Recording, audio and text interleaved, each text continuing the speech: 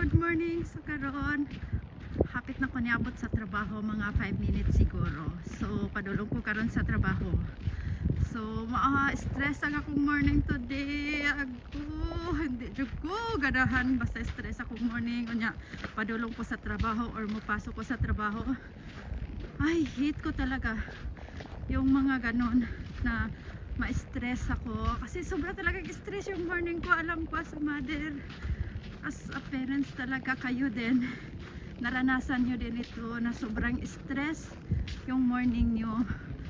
Ay nako, talagang alam nyo yung paalis na kayo ng bahay papunta sa trabaho, tapos yung anak nyo nag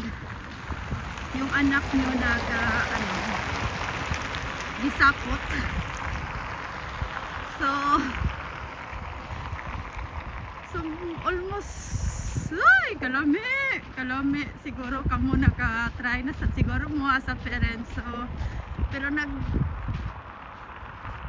ano lang talaga ako na hindi ko siya talaga mapagalitan. Nagpigil ako na hindi ko siya mapagalitan na kasi ayaw kong masira yung morning namin kasi nga papunta ako sa trabaho, papunta siya sa school. Ayaw ko namang masira yung day niya kasi nga school.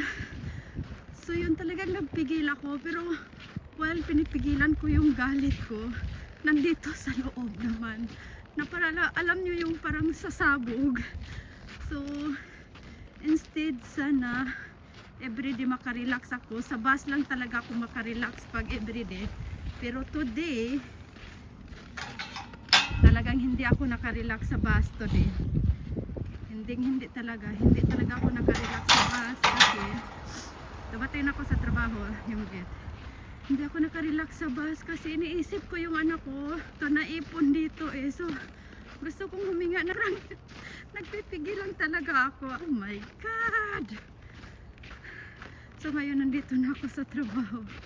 Sana makahinga ako konti talaga dito. Oh my God.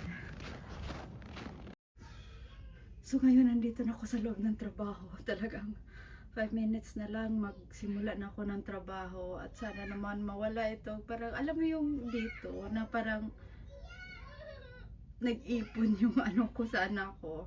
Pero hindi naman as in ako galit. Pero alam mo yung gusto mong sabihin yan, gusto mong magsalita, pero pinipigilan mo lang, of course, kasi ayaw mong masira yung day niya.